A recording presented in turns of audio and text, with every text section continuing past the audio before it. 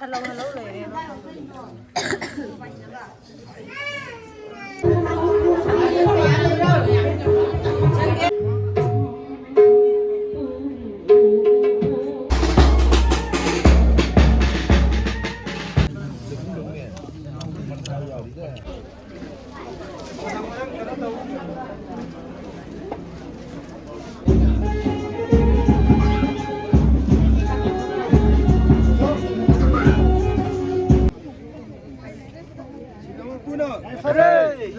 야이퍼레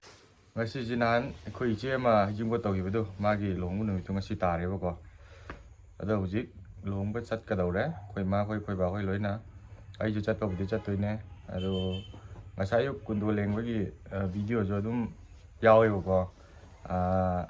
adum namma we ba yu ki jo ado adum ai mathang mathang hapake ado si de hujik lupa mayum gi lakadawa bor mapang sing bi so ai gi imanaba sing adum yawe ba ko ai ga adum tinaba do moi ju ta ai aina hangba laba laktribda laktorre ai ba koi andro manung ne long do je atopa mafam gi natte aduna adum khong lakani do atopa ga kai kai khena ba noi dai hape adum ulake ado video de ai de anam bana nupi mayum gi da oina tawrani ba ko da horen kaina thin ju chat ko de chat kani ado kamai taw no dum yeng minar se ado mayam na video ji yeng driga anda subscribe tawde kawbi gano adum subscribe su so jina to sen bio ana u support to bio na adum mathang uchara je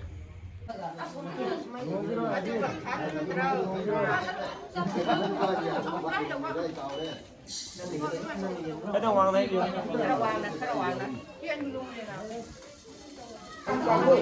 kundo lengwa haudo re je cheng nong loi hai gre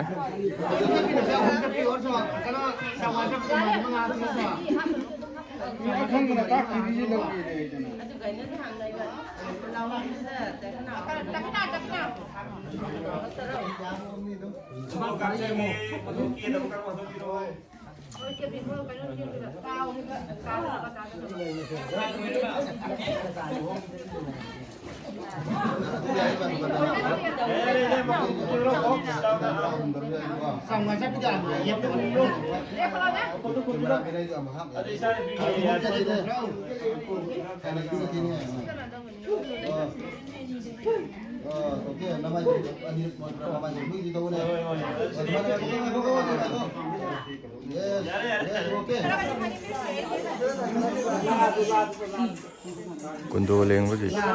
kena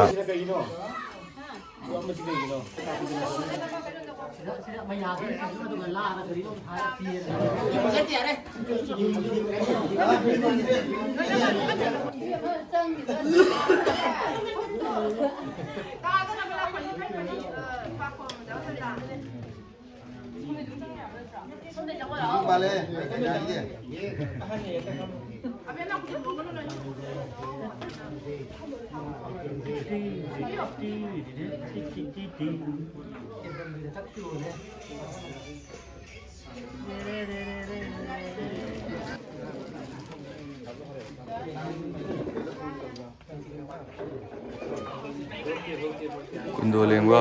haudo re koi andro gi long gi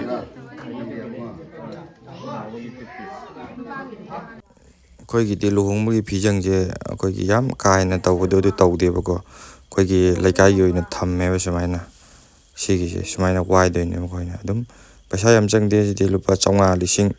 chang ba da siak tan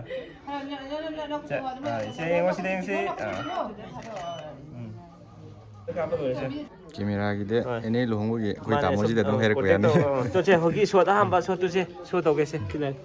To. adum yaram ne lại nong ji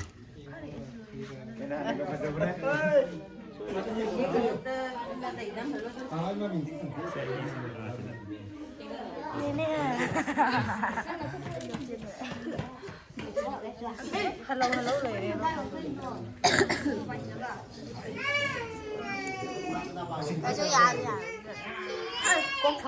kundo leng bu gi cameraman me am ulak ke go leire ji da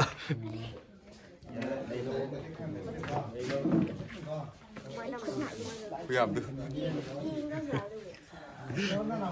Sina ayuki kundo lengbaginebako ado nungdingi amuk hapakkeba. Koi imaga koi bagajo luhongba chatbai thogle chakre ban chakre luhongpham yore sidane ado bor lakpudo kamai lakpudo dai namge dawne da koi bhai bor gi mama no oi lai tale du bhai khog lakho je tale bhai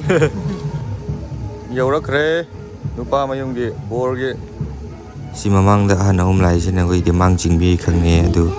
mathang sum jatra gi so yaure lai se aduga koi ge tongana lai pot ai dam lei bago lai pot pu goina koi lai pot chi manga natraga tariat adamai lai si ki hom ga pa pure ji si je yaud ba so yan de bago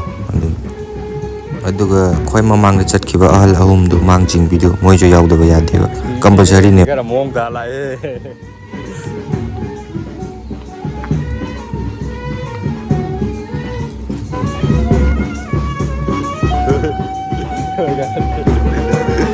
Sigi bol mamangga lesabi hum na puri sina palagi phine ba ko khoi de sigi lesabi na pu da ba ya de ba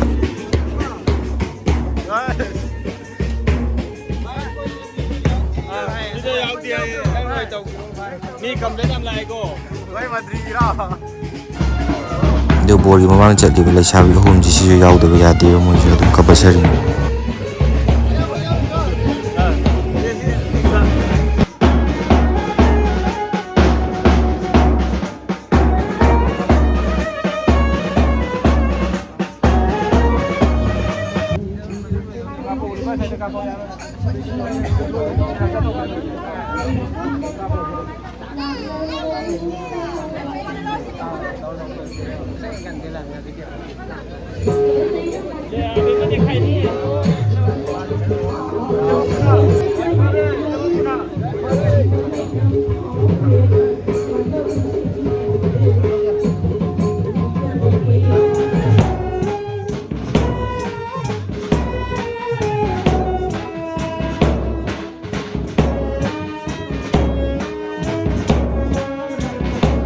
do khoi andro mrong di long bai ko ge chok khoi di pora plane kaimta masu yuk chak kho chak taw da do taw khoi di borji yorok paga keno taw ni ko imung de chang de ne imung de chang ga lain taw lai meren kurumani aduga mama hom kurumani imung da aduga mapa hom kuruma matung da mantok mayai de chang ga pham doi ne wa khoi gi long ba gi pham ba adu kurum dri mai pham ba ya de wa imung da kurum ba de mama pa kurum dri mai pham ba ya de wa sina koi borji mantop ta pham dri ngai da imung de chang ga lain taw lai meren kurum ba aduga mama hom kurum ba adugi keno dune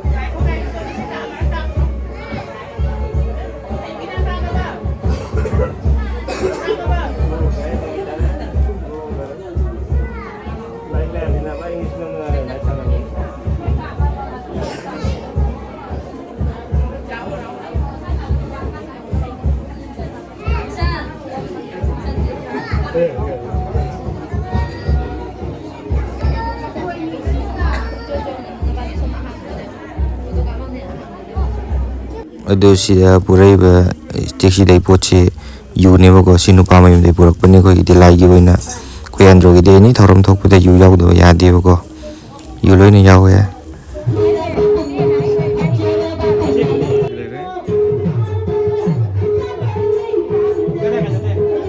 makeup se do ki badik khajare makeup sina ina ro bara da une si le re adu kanyak to biro ina camera man sida le re mayam brother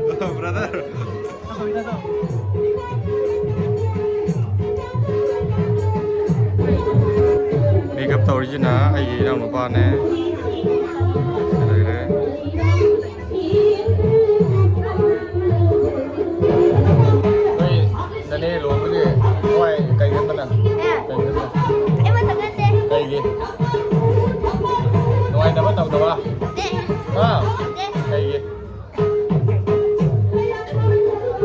booster mga.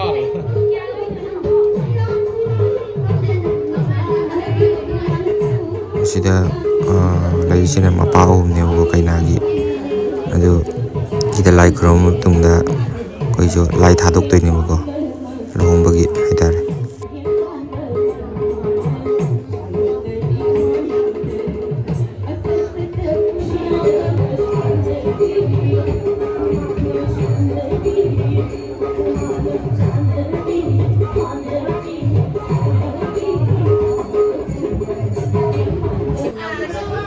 ꯁꯤꯒꯤ ꯄꯣꯠꯁꯤꯅꯦꯕꯀꯣ ꯑꯩꯅ ꯉꯁꯥꯏꯗꯒꯤ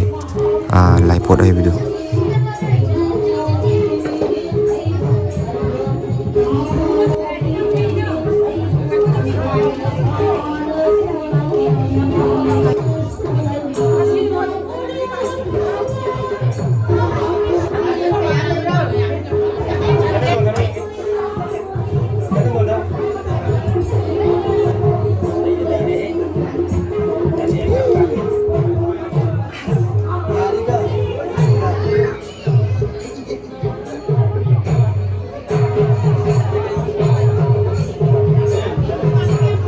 photo ꯀꯥꯞꯄ ꯍꯧꯗꯣꯔꯦ ꯀꯩꯅꯥꯒꯤ ꯃꯃꯥꯒ ꯃꯄꯥꯒ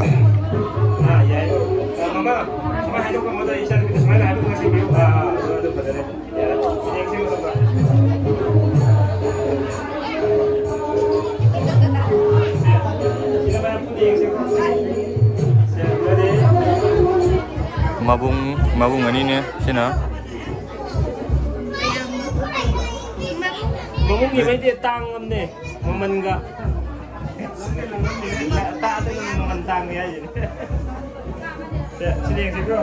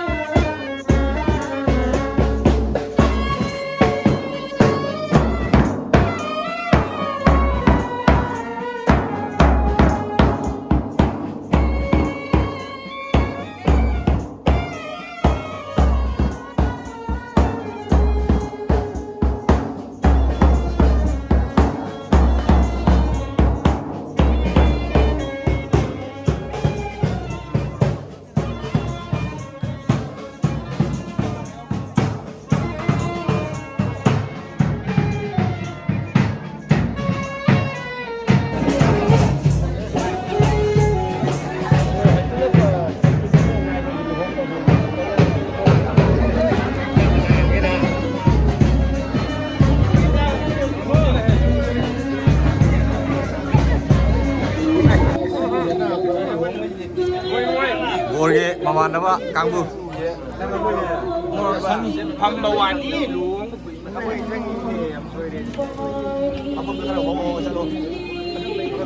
Sudar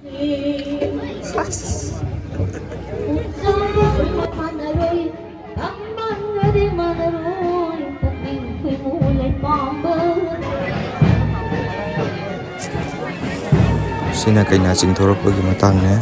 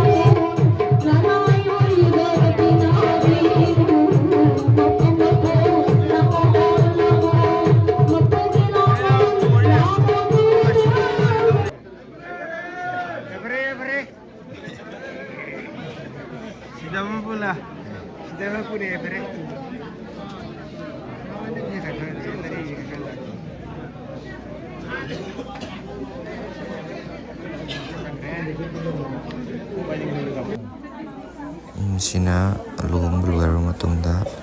borna imungde changaga lain tau laimren kurmani aduga mama passing da so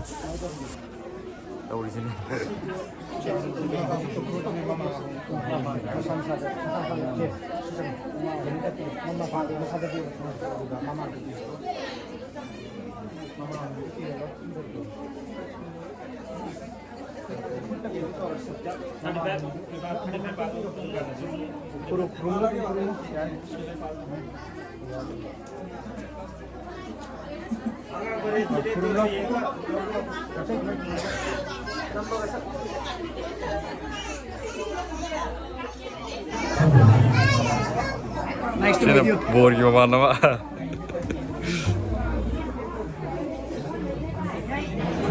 Wah bro.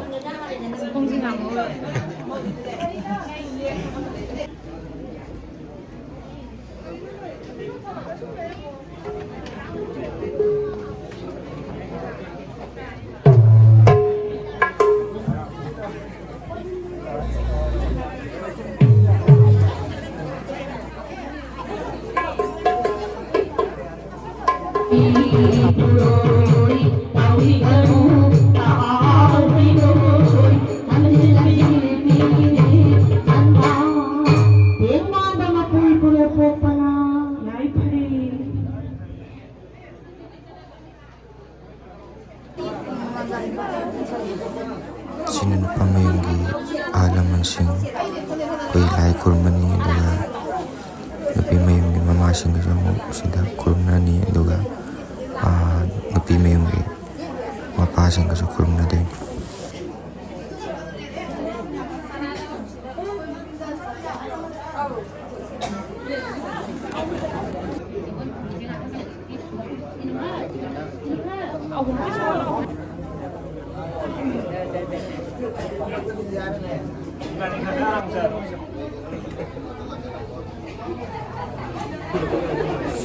Sina bor pihongo matungda lai kurmani aduga koigi kainagi mama sing so phi kattoine bugo adu kainagi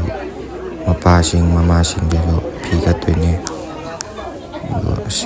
asigi chani visual le ko yan rogide phi kattaba yade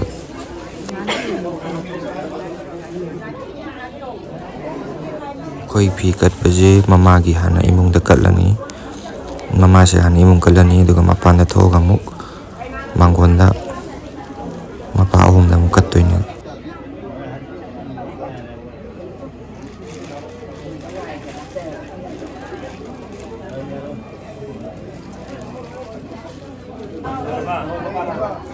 sina mama kat puluraga mangonda muk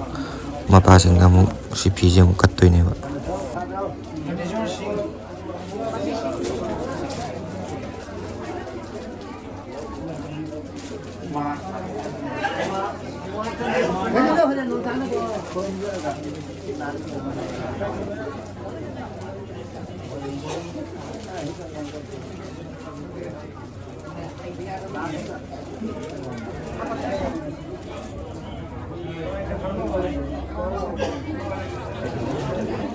Kaina chalamdai ngasai mamanabi photo ka phau dawjing kan kap na ri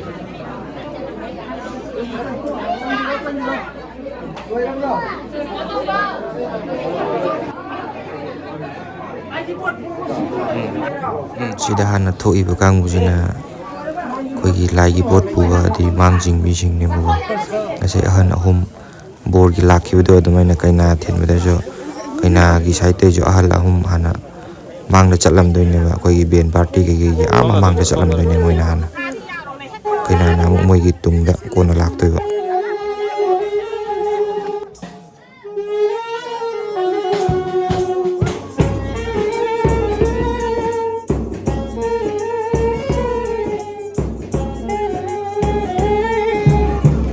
ꯁꯤꯅ ꯀꯩꯅꯥꯅ ꯆꯠꯂꯝꯗꯥꯏꯗ ꯑꯗꯩ ꯃꯃꯥ ꯃꯄꯥ ꯃꯕꯨꯡ ꯃꯧꯄ꯭ꯋꯥ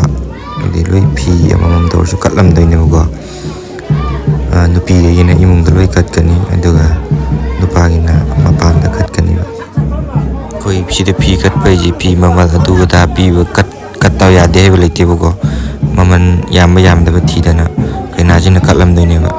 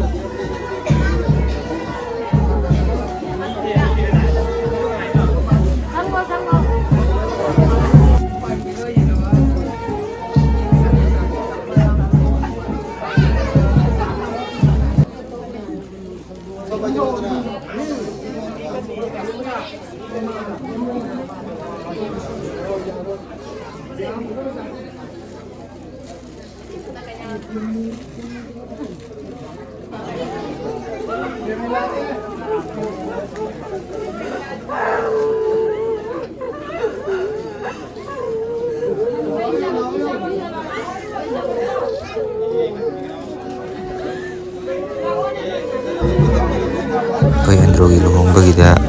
ꯐꯤ ꯁꯨꯃꯥꯏꯅ ꯐꯤ ꯀꯠꯄꯒꯤ ꯆꯠꯅꯕꯤꯁꯤ ꯑꯩꯈꯣꯏꯒꯤꯗꯤ ꯂꯣꯏ ꯇꯧꯋꯦ ꯍꯥꯟꯅꯗꯒꯤ ꯑꯗꯨꯝ ꯆꯠꯅꯔ ꯂꯥꯛꯄ ꯍꯥꯏꯇꯥꯔꯦ ꯁꯤꯒꯤ ꯄꯣꯠꯁꯤ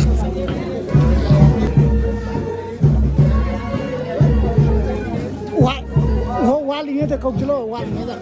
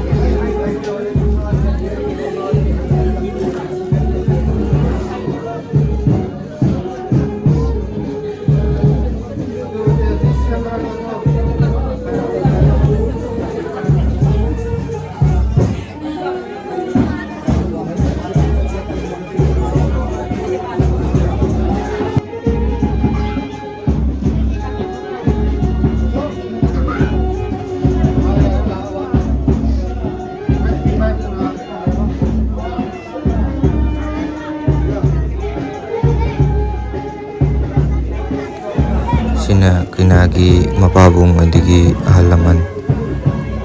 ꯃꯕꯨꯡ ꯃꯧꯄ꯭ꯋꯥꯁꯤꯡꯗ ꯀꯠꯂꯝꯗꯣꯏꯅꯦ ꯃꯄꯥꯟꯗꯅ ꯏꯃꯨꯡꯗ ꯃꯃꯥꯁꯤꯡ ꯑꯗꯒꯤ ꯂꯣꯏ ꯃꯆꯦ ꯃꯆꯜ ꯀꯠꯄ ꯂꯣꯏꯔꯕ ꯃꯇꯨꯡꯗ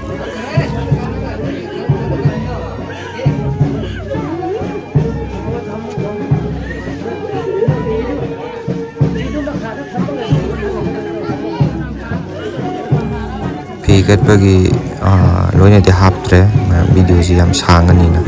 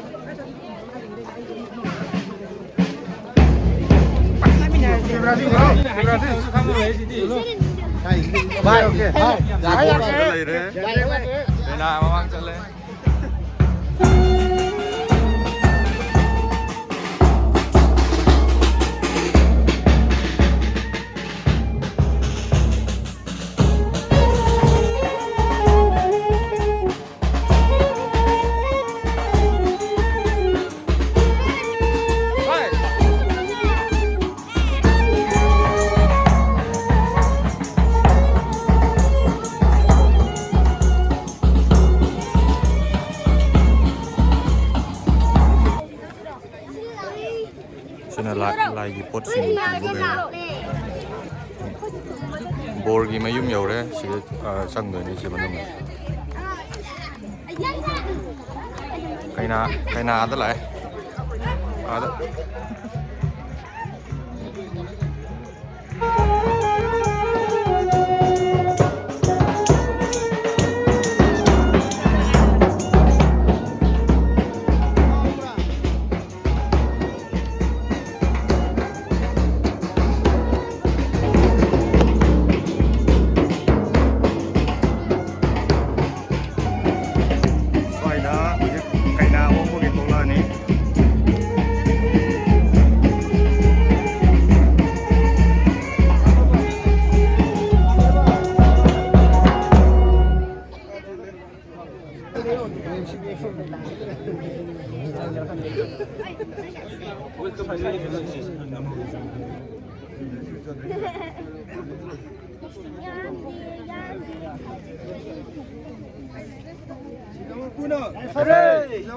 Jai Pare.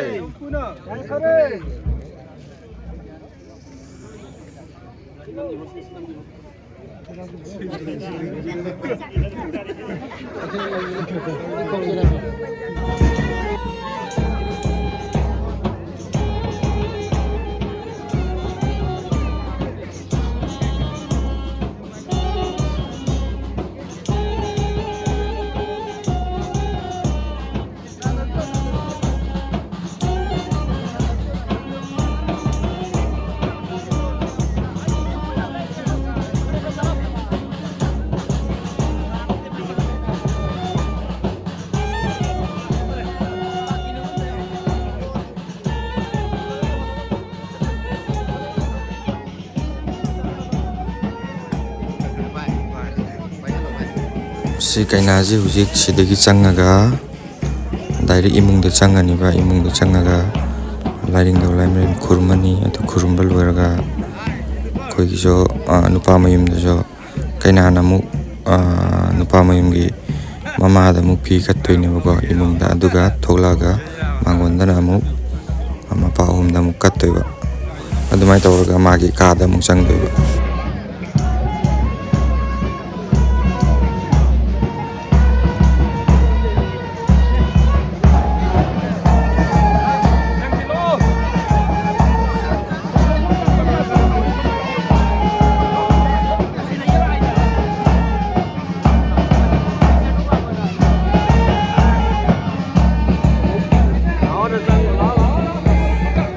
Juga nupi mem de lakpa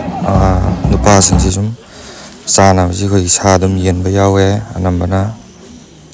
adu nupi de yen bisu yawe yaw ba de adu kaya kan de yen de